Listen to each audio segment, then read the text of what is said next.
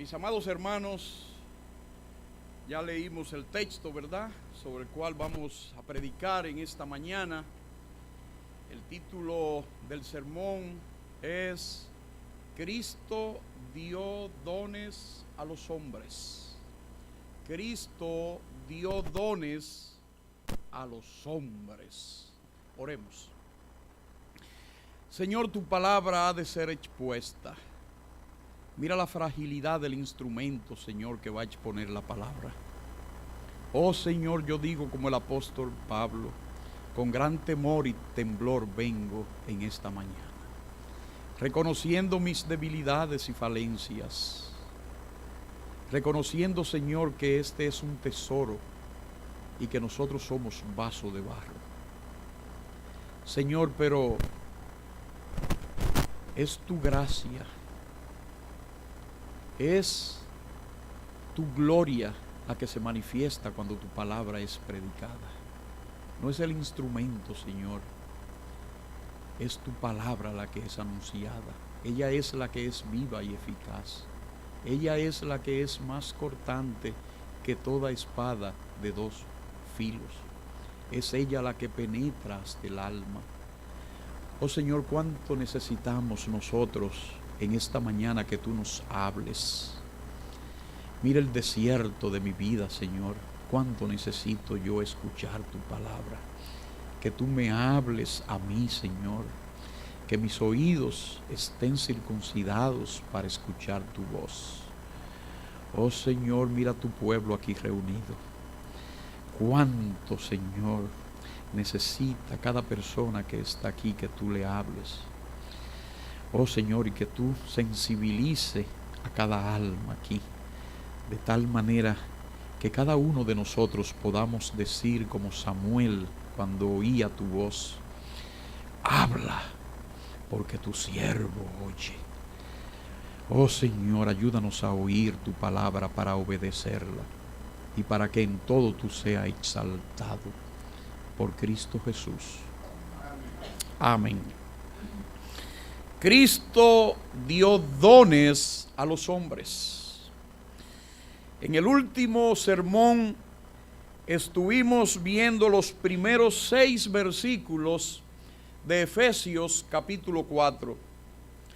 El apóstol Pablo una vez había dibujado en el lienzo de la gracia de Dios, con el pincel del Espíritu Santo, el cuadro precioso de las grandes doctrinas de Dios, de las grandes enseñanzas divinas, de lo que Dios desde la eternidad se había propuesto hacer con nosotros, y cómo, venido el cumplimiento del tiempo, Dios ejecutó su plan eterno por pura gracia, por puro amor, y cómo ese plan tiene como centro la obra de nuestro Señor Jesucristo allí en la cruz del Calvario, donde Dios desplegó toda su justicia, toda su ira, castigando a Cristo por nosotros para manifestar el amor que Él tiene para cada uno de nosotros. En el capítulo 4 el apóstol Pablo hace un llamado a que nosotros entonces vivamos la vida cristiana como merece ser vivida. Que nosotros vivamos dignamente conforme a la vocación con que nosotros fuimos llamados. Y el apóstol Pablo dice que para nosotros hacer eso debemos andar en toda humildad, debemos andar en mansedumbre, debemos tener paciencia soportándonos los unos a los otros en amor. Que el propósito de todo ello es que nosotros sepamos que somos un cuerpo, que por encima de todas las cosas debemos preservar la unidad del Espíritu en el vínculo de la paz. Y el apóstol Pablo nos había dado 7 razones por las cuales nosotros debemos esforzarnos para mantener la cohesión y la unidad de la iglesia. Y dice el apóstol Pablo que hay un solo cuerpo, verso 4, hay un solo espíritu, hay una sola esperanza de nuestra vocación, hay un solo Señor, hay una sola fe, un solo bautismo y un solo Dios y Padre que es sobre todos y por todos y en todos. Y es la responsabilidad de cada uno de nosotros esforzarnos de manera particular, individual, de tal manera que nuestras fuerzas sean compactadas y unidas para que la iglesia de Cristo marche en unidad, en amor, para que el mundo que está ahí afuera pueda ver la gloriosa obra que Dios ha hecho en nuestros corazones. Nosotros, personas egoístas, nosotros, personas egolátricas, que pensamos en nosotros mismos, que nos sentimos como isla de poder, que buscamos cada uno lo que nos conviene, la Biblia dice debemos mostrar que nosotros somos diferentes. Y somos diferentes no porque nosotros seamos diferentes en nosotros mismos, porque nosotros tenemos esa misma naturaleza pecaminosa, engañadora, maligna y perversa. Ahora nosotros debemos actuar de manera diferente porque Dios ha obrado en nosotros por medio del Espíritu Santo, que ha creado un vínculo perfecto de unidad en amor. Y eso debemos mostrarlo ante un mundo donde cada cual toma su propio camino, donde cada cual toma su propio derrotero.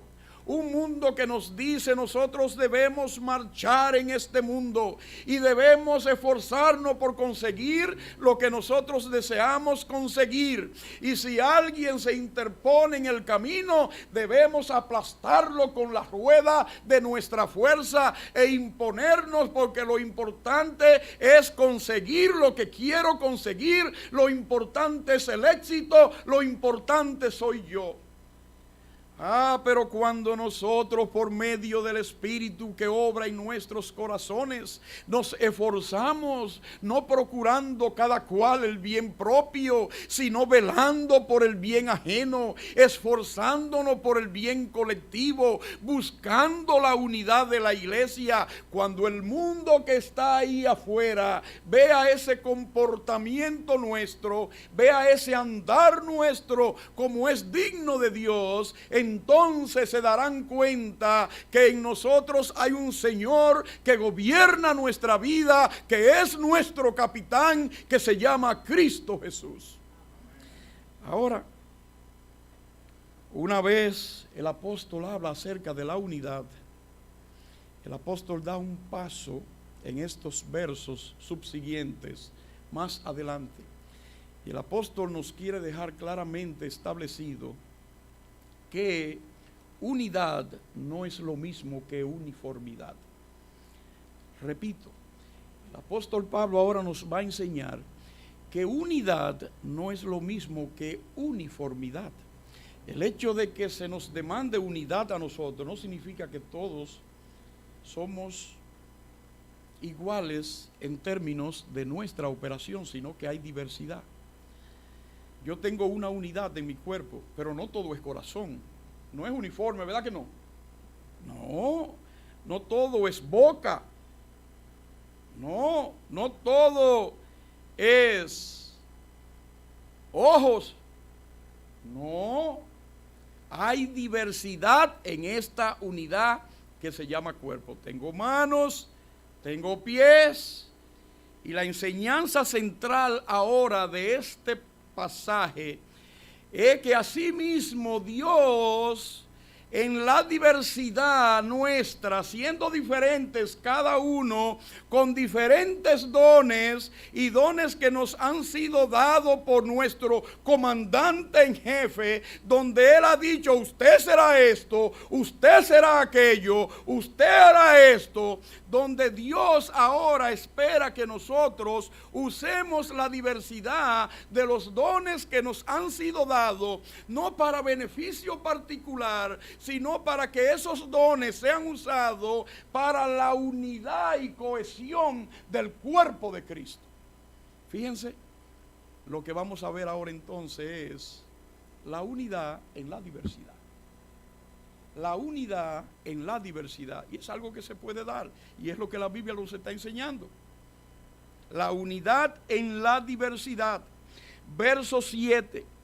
Pero a cada uno de nosotros fue dada la gracia conforme a la medida del don de Cristo. Aquí establece que Cristo, por su gracia, conforme a su medida, a la porción que Él determinó, a cada uno le fue dado el don conforme Él lo había establecido. Pero a cada uno de nosotros fue dada la gracia.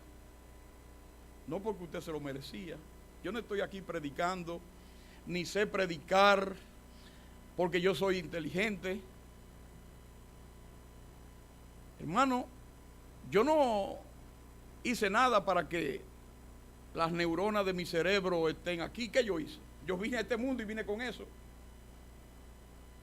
¿O ustedes creen que esta boca fui yo que me la hice después que nací? Déjame hacerme una boca y voy a aprender a hablar. Y unos pulmones para respirar, para poder exhalar aire, para poder... No. ¿Qué tenemos que no hayamos recibido? Todo es por gracia. Por la gracia. Y dice, pero a cada uno de nosotros fue dada la gracia conforme a la medida, conforme a la porción que soberanamente Cristo Jesús quiso darnos a cada uno en el contexto de su iglesia. Una de las cosas que a mí me hubiese gustado que Dios me hubiera dado era unas cuerdas vocales fabulosas. ¿Cuánto me hubiera gustado a mí eso? ¿Cuánto me hubiese gustado? Pero Dios no quiso. Y voy yo a litigar con Dios. Él es soberano. Reitero, pero a cada uno de nosotros fue dada la gracia conforme a la medida, a la porción del don de Cristo. Ahora, antes del apóstol decirnos los dones que Él ha dado, y habla de algunos dones aquí, el apóstol quiere enseñarnos a nosotros cómo fue que Cristo obtuvo este derecho. ¿Cómo es que Cristo obtuvo el derecho de poder dar dones a los hombres? Y eso es lo que el apóstol Pablo pasa a explicar en el verso 8. Por lo cual dice, y está citando el Antiguo Testamento, por lo cual dice la Escritura, en otra palabra, por lo cual dice el Antiguo Testamento, y el apóstol Pablo se está apuntalando en lo que el Antiguo Testamento enseña para él corroborar su enseñanza. Y está citando aquí el Salmo 68, versículo 18, por lo cual dice, subiendo a lo alto, llevó cautiva la cautividad y dio dones a los hombres. Si ustedes van al Salmo 68 y lo leen completo, se darán cuenta que ese es un salmo de David, donde David está exaltando a Dios por la victoria que Dios le había dado al pueblo de Israel sobre los jebuseos. Y ahí vemos a David exaltando a Dios y glorificando a Dios. Y normalmente cuando el pueblo de Israel obtenía una victoria, ellos reconocían que era de parte de Dios. Y venían con el botín de guerra, los despojos, lo que habían obtenido como consecuencia de conquistar un reino. Y lo paseaban. Y si habían liberado esclavos judíos, esos esclavos que pertenecían a ese reino y que ellos lo habían liberado, esos esclavos ellos lo traían y lo pasaban, que eran de su propia nación, para decir, miren, estos eran los esclavos y ya los liberamos, mírenlo aquí. Y una vez pasaban por el centro de la ciudad, ascendían entonces hasta la cumbre del monte para celebrar la victoria. Y aquí el apóstol Pablo está tomando este texto para decir que Cristo Jesús lo que hizo fue que obtuvo una victoria gloriosa. Que Cristo vino y que Cristo venció a un general. Y que allí habían cautivos. Y que él lo que hizo fue que en esa victoria a ese comandante que él venció, a ese hombre fuerte que él ató, él decidió quitarle unos cautivos, y esos cautivos entonces él los llevó delante de la presencia de Dios para que fuesen libres y entonces darlos como dones para su iglesia. Por lo cual dice, subiendo a lo alto, llevó cautiva la cautividad y dio dones a los hombres. En Marcos, en el capítulo 3, en el verso 27, el Señor Jesucristo dice: nadie saquea la casa del hombre fuerte. Y en el contexto en que Cristo está hablando, el hombre fuerte es el diablo. Nadie saquea la casa del hombre fuerte si primero ¿qué? Si primero no lo ata. Y una vez lo ha atado, entonces toma de allí lo que él quiere. Hermano, este texto lo que está diciendo es que nosotros tenemos un glorioso y maravilloso comandante, que nosotros tenemos un general, que nosotros tenemos un guerrero que es el que nos conduce a nosotros, y que ese guerrero venció al diablo, lo amarró, lo ató y de allí tomó el botín de guerra, y ese botín de guerra somos nosotros, y ascendió al cielo, y allí a los que estábamos cautivos, allí a la cautividad nuestra, la llevó cautiva delante del Padre para por siempre declararla libre para su gloria. Subiendo a lo alto, llevó cautiva la cautividad. Y como eso es de él, ¿qué puede él hacer? Hacer lo que él quiera. Como llevó cautiva la cautividad, dio dones a los hombres. Porque ese es su botín de guerra. Eso fue lo que él conquistó. Ahora, el apóstol Pablo nos dice que ese derecho, ese lo ganó porque venció, pero hay un proceso antes de eso. Hay un proceso que Cristo pasó. Versículo 9. Y eso de que subió, dice el apóstol, en términos de pregunta, ¿qué es?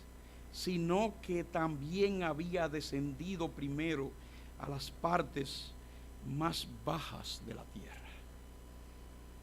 Cristo vino, como dice Filipenses capítulo 2, y se humilló. Él no vino a la tierra y nació en uno de los palacios de este mundo. No fue en el seno del imperio romano entre príncipes que nació. No fue rodeado de la opulencia de este mundo en una cuna de oro que él nació. No. Fue la segunda persona de la Trinidad que se encarnó, que hizo tabernáculo aquí, como dice Juan capítulo 1, en medio nuestro, que habitó en medio nuestro, que se humilló, que no tuvo en consideración el ser igual a Dios como cosa a que aferrarse, sino que se despojó a sí mismo de toda su gloria en su relación con el Padre. Se hizo siervo, se hizo hombre, y estando en la condición de hombre se humilló hasta lo sumo, hasta lo más bajo, se humilló hasta la muerte, y muerte de cruz. ¡Wow! ¡Qué humillación aquella más terrible! El Hijo del Hombre no vino para ser servido, dijo Cristo, sino para servir y dar su vida en rescate de muchos. La cruz es el espectáculo más vergonzoso. Paseado allí como si fuese un delincuente. allí donde se le quitaba toda la vestimenta y se exhibía desnudo, totalmente desnudo allí. La vergüenza de la oprobiosa cruz. Descendió a lo más bajo que se puede uno imaginar. Pero mis amados hermanos, y eso de que subió, ¿qué es? Sino que también había descendido primero a las partes más bajas de la tierra. El que descendió es el mismo que también subió por encima de todos los cielos para llenarlo todo. Gloria a Dios. Ese Cristo que vino, que padeció, que se humilló, que fue bofeteado, ese Cristo que padeció, ese Cristo que fue subestimado, ese Cristo, mis amados hermanos, fue el mismo que al tercer día se levantó glorioso de la cruz, de la muerte, de la tumba que no le pudo retener. Es aquel que se paseó 40 días exhibiéndose en medio de sus discípulos, en medio de más de 500 personas, y 40 días después ascendió al cielo glorioso. Y dice la palabra de Dios que cuando ascendió subió por encima de todos los cielos. Y como es infinito para llenarlo todo, y como Él venció a Satanás en la cruz del Calvario, le dio una estocada mortal al pecado. Allí estábamos nosotros como esclavos en el reino de Satanás. Allí estábamos nosotros cauterizados por el demonio mismo, pero desde allí nos sacó Cristo Jesús para liberarnos. Aleluya. Gloria a Dios. El mismo que descendió fue también el que subió por encima de todos los cielos para llenarlo todo. ¿Acaso no es digno? ¿Acaso no es merecedor nuestro Señor de dar dones a los hombres? Claro, Él venció en la antigüedad cuando un general, un comandante, dirigía una tropa y vencía sobre otra. ¿De quién era el botín de guerra? De los vencedores. Cuando Abraham salió a redimir a Lot, que lo habían hecho esclavo, y fue a pelear para liberar a Lot, y Abraham y su gente vencieron. ¿Qué hizo Abraham? Que tomó el botín de guerra, y de ese botín de guerra dio el 10% a Melquisedec, sacerdote del Dios Altísimo. Lo que está diciendo el texto es que nosotros tenemos un glorioso capitán, que nosotros tenemos un comandante, que nosotros tenemos un general, que ese general venció no con espada, no con bombas, no con fusiles, no con ametralladoras, que ese general venció al diablo en la cruz del Calvario cuando estaba derramando su sangre por cada uno de nosotros. Y allí amarró, allí ató, como dice Marcos, al hombre fuerte, al diablo. Te he vencido y quiero liberar los míos, a los cautivos. Y esa cautividad la llevó cautiva al cielo. Mira, Padre, los he liberado para ti. Aleluya. Y dice, eso es lo que le da autoridad a Él para darle dones a los hombres.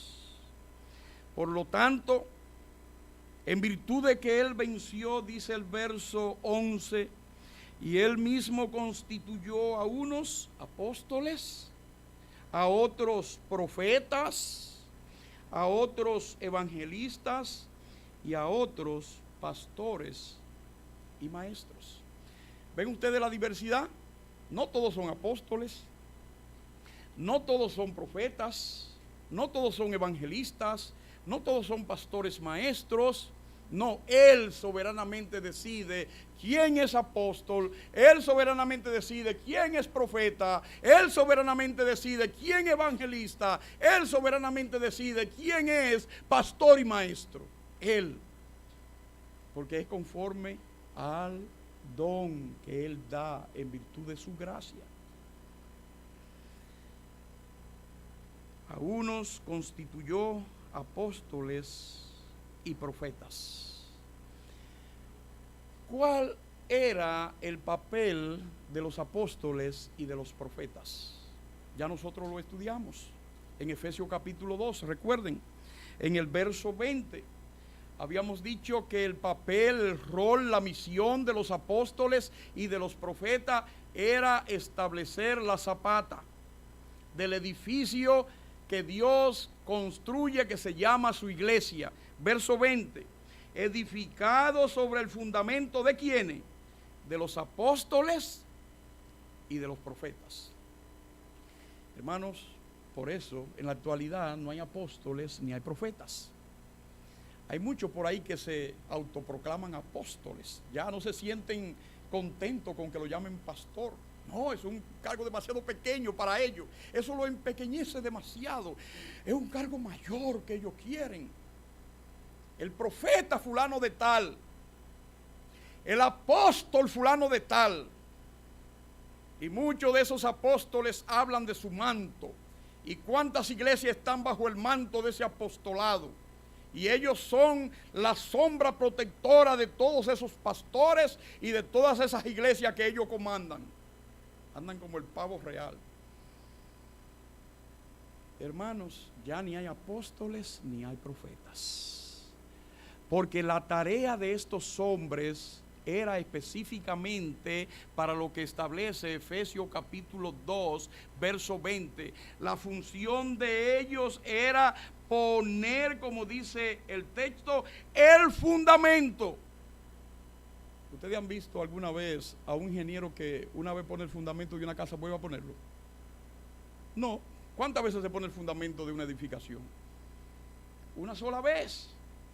Una vez usted puso el fundamento de una edificación, ya usted no pone otra vez el fundamento.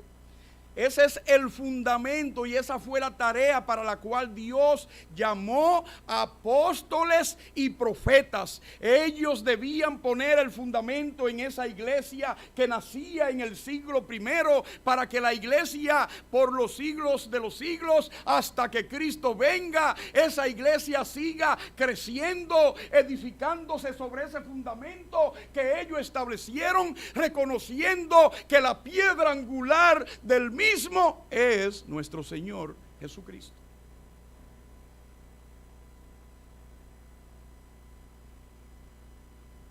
Habían varias características que distinguían a un apóstol. Según Marcos capítulo 3, debían ser llamados directamente por el Señor Jesucristo. Por eso a los 12 se le llamó apóstoles. Debían ser llamados directamente por el Señor Jesucristo. Marcos capítulo 3, versículo 13.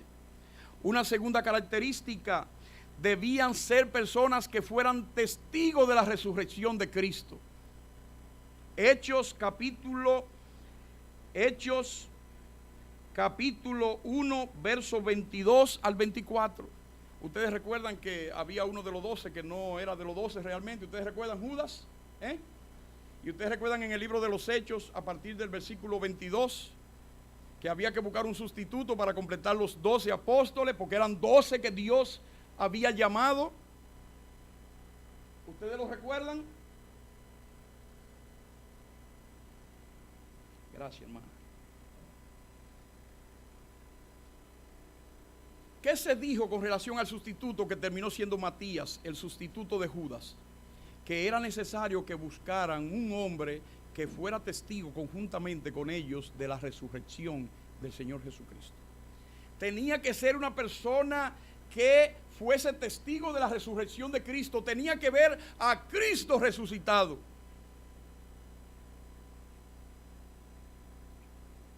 Entonces, un apóstol tenía que ser llamado directamente por Cristo, tenía que ser una persona que fuera testigo de la resurrección de Cristo. Era una persona que tenía que ser enseñada directamente por Cristo, como pasó con los discípulos, según vemos a partir de Marcos capítulo 3. Pero además, según vemos en 2 Corintios capítulo 12, versículo 12, era una persona que para autenticar, para legitimar su apostolado, tenía que probarlo por medio de señales y prodigios. Por eso el apóstol Pablo, a quienes cuestionaban su apostolado, muchos falsos maestros que se habían introducido en la iglesia de los Corintios, el apóstol Pablo le dice en el versículo 12, dice: las pruebas, las señales de un apóstol, yo le he hecho en medio de ustedes. Yo estoy legitimado como apóstol. Ahora quizás muchos se preguntarán, ¿y cómo fue que Pablo fue apóstol? Porque Pablo no anduvo con el Señor, no fue llamado por el Señor. Y estamos diciendo que los apóstoles tienen que tener esos requisitos, tienen que ser testigos de la resurrección de Cristo. ¿Y cómo fue entonces que Pablo fue apóstol? Bueno, porque Pablo cumplió todas las condiciones y requisitos. Primeramente, fue llamado directamente por Cristo. Cuando Pablo iba camino a Damasco, fue a Cristo Jesús a quien él vio, Cristo quien le dijo: ¿quién eres? Y él le dijo: yo soy el Señor Jesús a quien tú me persigues. Fue llamado directamente. En segundo lugar, fue enseñado directamente por Cristo y no por hombre. Como él les dice a los Gálatas, él dice: lo que yo he aprendido no lo he aprendido de carne. Es decir, yo no fui a los pies de ningún apóstol para que me enseñara a mí. El Señor mismo fue quien me enseñó a mí. El apóstol Pablo dice: yo soy apóstol porque yo fui llamado personalmente por Cristo.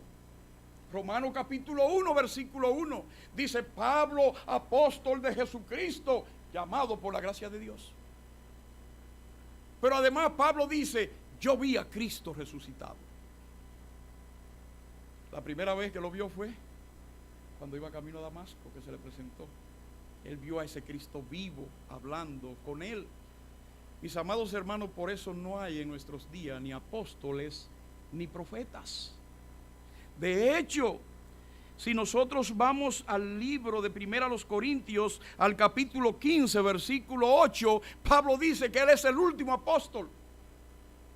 1 Corintios 15, 8 dice el apóstol Pablo: y al último que él se le apareció fue a mí, como un abortivo, a mí que soy el más pequeño de los apóstoles, que no soy digno de ser llamado apóstol, porque yo perseguía a la iglesia del Señor. Dice Pablo: a mí fue el último. Estos hombres que Dios capacitó con una autoridad especial para hablar en su nombre, estos hombres tenían como función principalísima establecer el fundamento de la iglesia, establecer las enseñanzas de Dios. Y esas enseñanzas nosotros las tenemos en estos libros de la palabra de Dios. Por lo tanto, hoy no necesitamos apóstoles, hoy no necesitamos profetas, porque ya Dios nos ha dicho lo que Él quiere que nosotros sepamos, dónde debemos estar cimentados nosotros.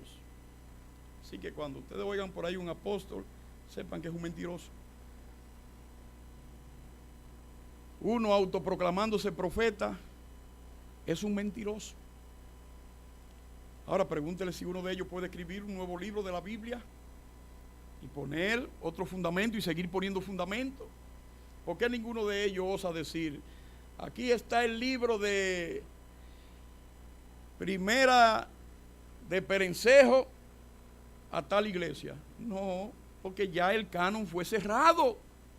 Ya se completó el conjunto de libros que contienen la palabra de Dios. Y aquí tenemos todo lo que es la sabiduría que nosotros necesitamos para actuar conforme a los preceptos de Dios. Por eso, para poner el fundamento, Él constituyó a unos apóstoles y profetas, a otros evangelistas.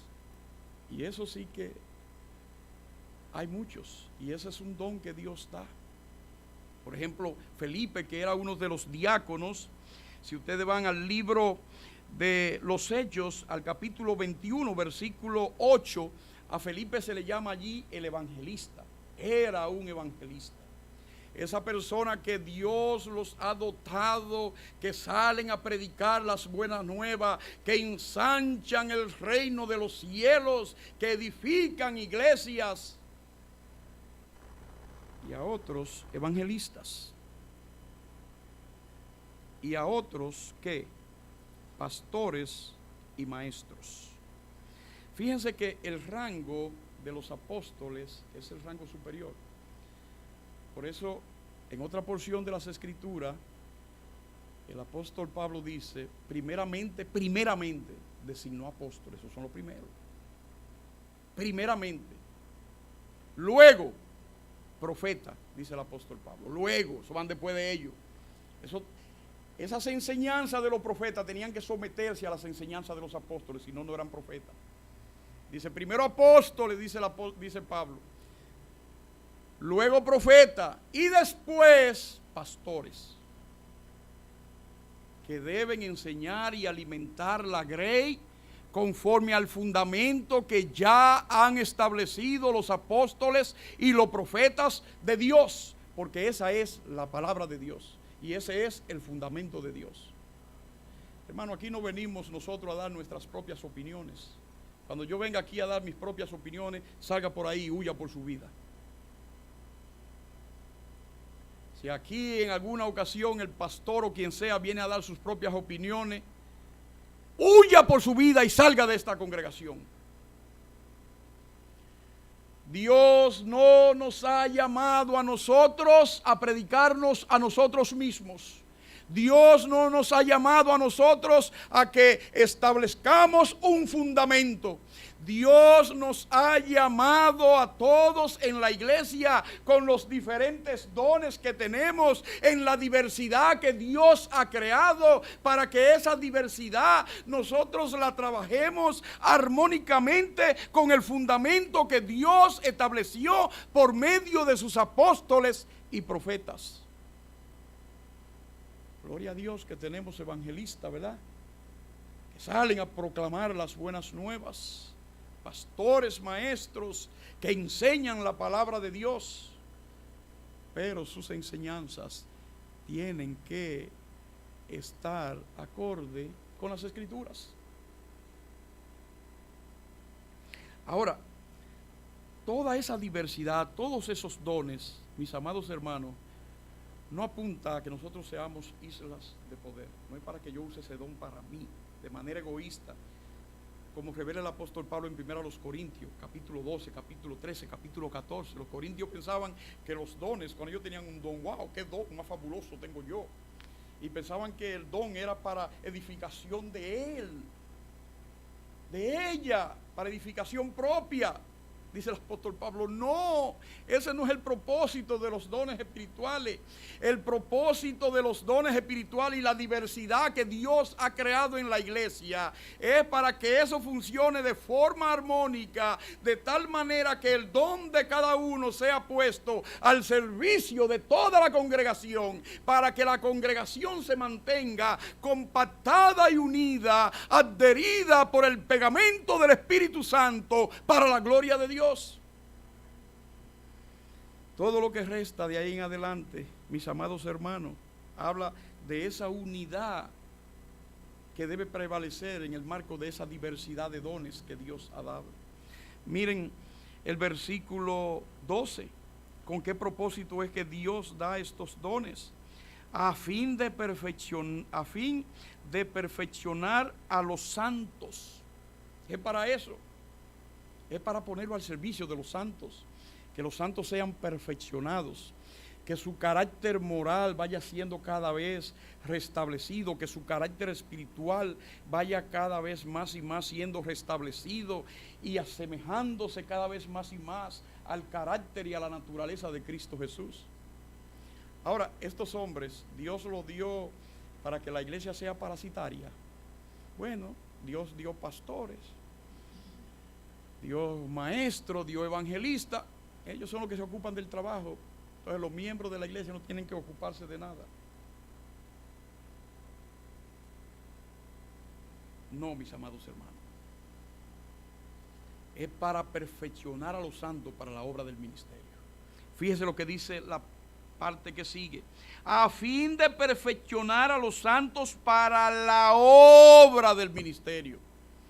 Es perfeccionarlo para que usted se involucre en el trabajo de Dios como parte del cuerpo de Cristo, para la edificación de ese cuerpo de Cristo, dice la última parte del verso 12. Cuando se predica desde aquí, cuando se da consejería cristiana, cuando se hace una labor pastoral, cuando se hace una labor de enseñanza, eso es para edificación. ¿Para qué? Para que usted se involucre en la obra del ministerio, para que todo el cuerpo de Cristo sea edificado. Hasta que todo, verso 12, hasta que todos lleguemos a la unidad de la fe y del conocimiento del Hijo de Dios, a un varón perfecto, a la medida de la estatura de la plenitud de Cristo Jesús. Que todos estemos enfocados en la misma dirección. El pastor debe enfocar a los hombres y mujeres de la iglesia hacia Cristo. Los maestros de la iglesia deben enfocar la iglesia hacia Cristo, para que esa iglesia sepa que tiene que crecer día tras día, hasta la plenitud de Cristo, hasta la unidad de la fe, de un mismo conocimiento basado en ese fundamento que se estableció, unidad de fe. No para que uno esté creyendo una cosa por ahí, otro esté creyendo otra cosa por allí, no. La unidad de la fe, basada, cimentada en el fundamento que establecieron los apóstoles y los profetas, para que todos lleguemos a la medida de la estatura de la plenitud de Cristo. Hermano, esto es para que nunca dejemos de crecer. Podemos durar 1000 años en esta tierra y tenemos que seguir creciendo, porque siempre seremos enanos cuando nos comparamos con Cristo Jesús. Siempre necesitamos crecer. Esa diversidad, por lo tanto, no apunta hacia la división de la iglesia. Esa diversidad de dones que Dios ha dado apunta hacia la cohesión, hacia el compactamiento, hacia la unidad sólida de la iglesia. Hermanos, para que no nos comencemos a descarrilar cada cual por su lado. Miren el verso 14. Para que ya no seamos niños fluctuantes. Ustedes han visto en el mar una ramita. Cuando viene una ola hacia afuera, ¿qué hace? Cuando va hacia adentro la lleva. No está firme, está fluctuando, vacilando. No, para que ya no seamos niños fluctuantes, llevados por doquiera de todo viento de doctrina. Ah, me dijeron hoy esta cosa, lo creo y por ahí me voy. Ah, mira qué crédulo es el hermano. Ah, vino un Juan de los Palotes y me dijo tal cosa y por ahí me voy. Pero mañana vino otro Juan de los Palotes y me dice otra cosa y por ahí me voy. Y ando, miren, de aquí para allá y de allá para acá, sin firmeza. Pero cuando usted está fundamentado sobre el fundamento de los apóstoles y de los profetas, y usted crece en la fe y en el conocimiento del Hijo de Dios, usted se mantiene firme independientemente de lo que el diablo a través de sus ministros le susurre a usted en el oído. Por eso el énfasis que hacemos en nuestra iglesia de enseñar la palabra de Dios, para que los hermanos aquí no sean niños fluctuantes, llevados por todo viento de doctrina, por estratagemas de hombres, astucia de hombre, que no es conforme a la revelación ni a la sabiduría de Dios. Por estratagema de hombres que para engañar emplean con astucia las artimañas del error, las trampas del error. Se viven poniendo trampas. Cuando te pinten un paraíso, cuando te dibujen un cuadro quien sea, no importa cómo se autodenomine, si no está avalado en el fundamento de los apóstoles y de los profetas, no te deje mover de la roca firme que es Cristo Jesús. Pablo dijo, ¿y quién soy yo? Oh, yo soy un apóstol. Si yo voy a ustedes, le dijo el apóstol Pablo, yo voy a ustedes. Ustedes ven que Pablo va a ustedes, le dice a los Gálatas, y yo predico otra cosa. Yo tengo que ser un maldito, dijo el apóstol Pablo, un anatema. No me pongan caso. Pero no solamente yo, dijo Pablo, déjenme ponerle uno superior a mí. Si un ángel del cielo, si baja un ángel del cielo ahora mismo, baja, dice el apóstol Pablo a los Gálatas, un ángel del cielo y enseña una doctrina contraria a la que Dios estableció por medio del fundamento de los apóstoles y de los profetas, huya por su vida de ahí. Que si un ciego guiare a otro ciego, los dos se caerán en el mismo pozo, dice la palabra de Dios. Ah, pero que lo dijo el Papa. Bueno, lo haya dicho el Papa, el papazo o el papita, se va al infierno, no importa quién lo diga. Es la palabra de Dios la autoridad. Es la palabra de Dios la autoridad. Y eso deben hacer los hombres que predican en la iglesia. Venir aquí a abrir la Biblia y decir, la Biblia dice así.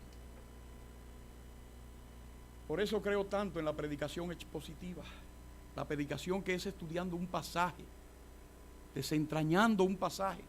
No tomar un texto aislado por aquí, otro texto fuera de contexto por allí. No, ver toda la escritura y exponerla.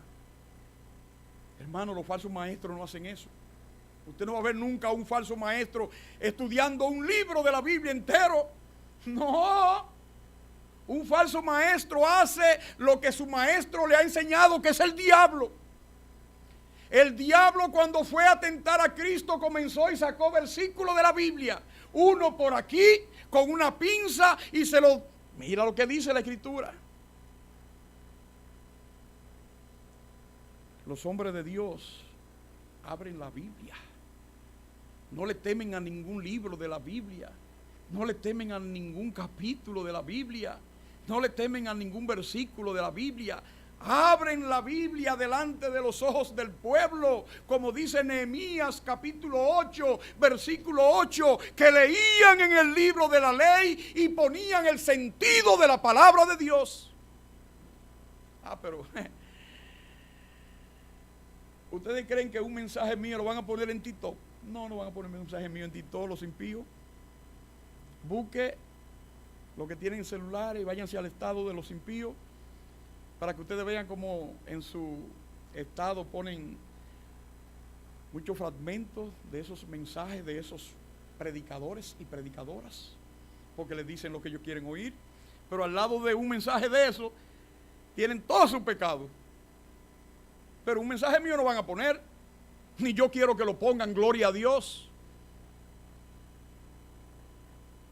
Un mensaje nuestro no van a poner, porque nosotros no le estamos diciendo a la gente que vienen a esta iglesia lo que la gente quiera oír. Aquí no le estamos llevando el pan del engaño, que es deleitoso al paladar humano. Hermano, el diablo sabe que el hombre tiene hambre y le da comida, y el hombre comienza a comer y dice que bueno es el diablo, y se llena. Pero cuando esa comida comienza a hacer efecto en ese estómago envenenada, ya usted sabe lo que pasa. Ah, no, la gente quiere ir donde gloria a Dios, aleluya, y todo el mundo brincando y saltando, y amén, y gloria a Dios, aleluya, santo, y la palabra de Dios en ningún lugar. Y cogen un texto solamente para arrancar, pero después, déjame decirte lo que yo quiero que tú oigas, porque yo sé que eso es lo que tú quieres oír. Y yo quiero tener la iglesia llena. No, no, no. Los que seguimos a Cristo fielmente tenemos un compromiso sagrado e ineludible con su palabra. Esto no se negocia.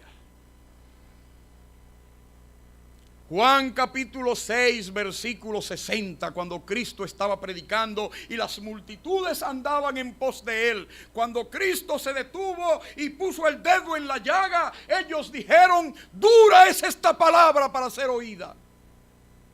Ellos querían escuchar la palabra de un Cristo militar, de un Mesías generoso que le daba comida. Pero cuando Cristo puso el dedo en la llaga, en Juan 6:60 dice que dijeron: dura es esta palabra. Y en el versículo 61 Cristo le dice: y esto os ofende.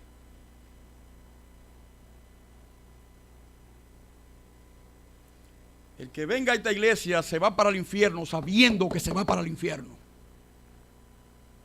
Aquí no le decimos a la gente: ¿tú quieres ir al cielo? Sí, pues levanta la mano y déjame hacer una oración contigo y ya tú eres un hijo de Dios. Aquí le decimos a la gente que es pecadora.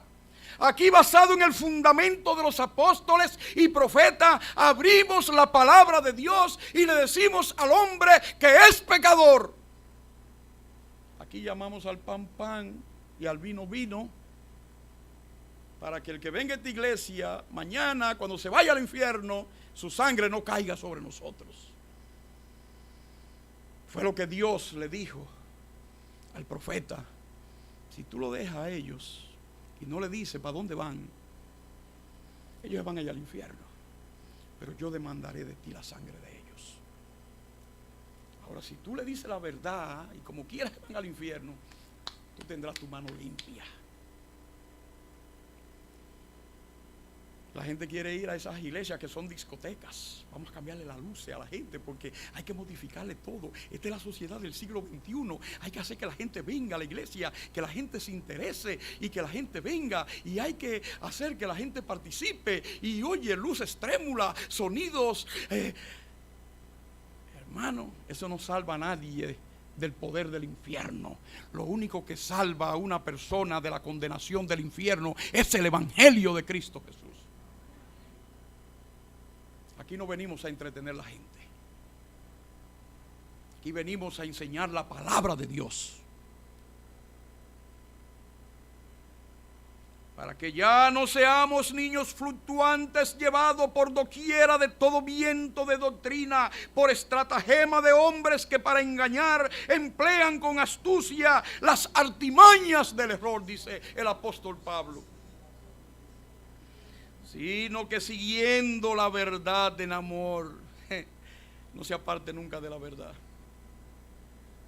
Yo le dije a ustedes que escuché a un pastor que decía: yo no puedo hablar los domingos del pecado en mi iglesia.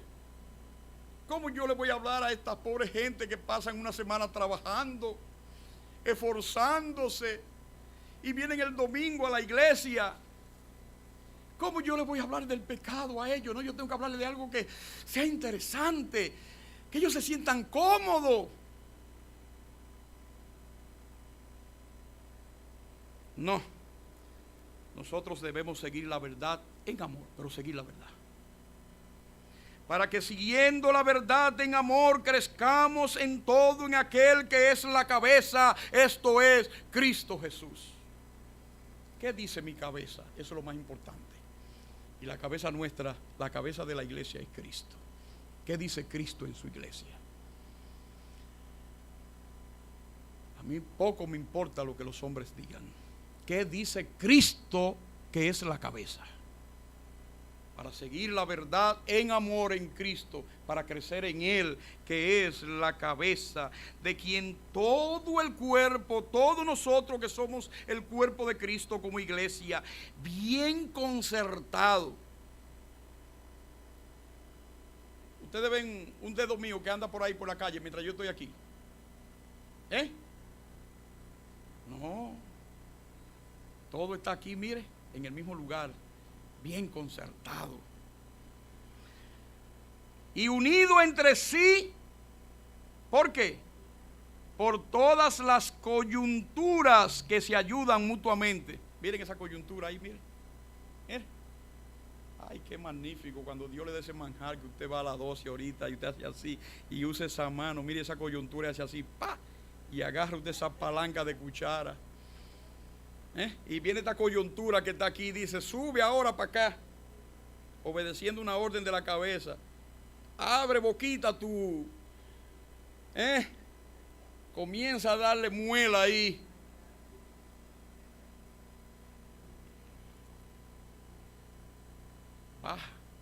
Llega al estómago. Aleluya. Qué glorioso es Dios que nos dio un paladar para disfrutar los alimentos. A veces la esposa mía, ¿qué está cocinando, more? Ella sabe que a mí me gusta mucho el rabo de vaca, al vino. Qué delicia. No, te estoy haciendo alguito ahí. Pues está bien. Cuando me lleve ese manjar así, que yo veo esos 2 o 3 pedazos de rabo de vaca, suavecito, mire, todas las coyunturas del cuerpo bien concertado, mire. Y hay que tener cuidado porque hasta cae uno en pecado, porque la glotonería es pecado, entonces hay que tener cuidado, porque en todo hay que tener cuidado, porque a veces estamos llenos de aquí que no nos cabe más nada, pero es tan bueno que el paladar dice, no, pero sigue echándole, sigue comiendo. Hermano, hay diversidad, pero toda esa diversidad está bien concertada. Las coyunturas se ayudan mutuamente. Miren cómo esa coyuntura ayuda para que yo dé un paso. Miren cómo me doblo hacia acá. Que se ayudan mutuamente. Una ayuda a la otra ayuda a la otra. Según la actividad propia de cada miembro. Imagínense que Dios me había hecho a mí una boca entera. ¿Ustedes se imaginan una boca andando en la calle? ¿Ustedes se imaginan qué ogro sería eso? ¿Qué adefesio? O cabeza nada más. Saltando como una bola de ping-pong. No, hermano, belleza, diversidad. Así Dios nos ha hecho diversos a nosotros. Ese don para la hermana, este don para el hermano. Todos tenemos dones. No hay una persona cristiana que no tenga un don. Usted tiene, si no sabe cuál es suyo, búscalo. Para que así como en el cuerpo, ¿verdad? Que está bien concertado, unido entre sí, como las coyunturas se ayudan mutuamente para el crecimiento mutuo según la actividad propia de cada miembro. No la boca queriendo ser pie. Usted se imagina que la boca mía diga, me cerré, no como más. Que la boca diga, no me voy a abrir. No, según la actividad propia de cada uno, la boca dice, yo soy boca, no hay problema, déjame ocupar mi papel de boca. ¿Usted ha visto alguna vez el dedo meñique del pie izquierdo suyo quejándose? Dice que, ay, me tocó ser el dedo meñique del pie izquierdo. Mira qué desgracia, mira.